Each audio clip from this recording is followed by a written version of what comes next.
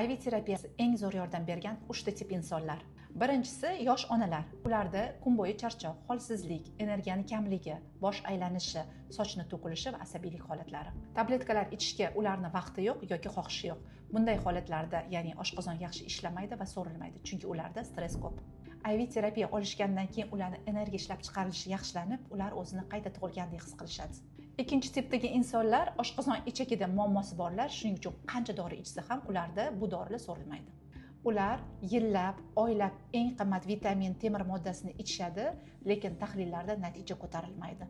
Bunday insonlarda 2-3 ta IV terapiya seansidan keyin butunlay defitsiti qolmaydi. Uchinchisi klimaks yoshdagi ayollar. Ularda uyqusizlik, bo'g'im og'riqlari, asabiylik holatlari, terlash hamda qizish holatlari bezovta qiladi. Bunday insonlarda IV terapiyadan keyin jigar faoliyati yaxshilanib, toksinalardan tozalanadi va hujayralar oziqlanadi. Bu esa gormonal o'tish davrini go'zal, asabiyliksiz va yengil o'tishini ta'minlab beradi. IV terapiya haqidagi to'liq ma'lumotni direktdan yoki izohlardan o'qib olishingiz mumkin.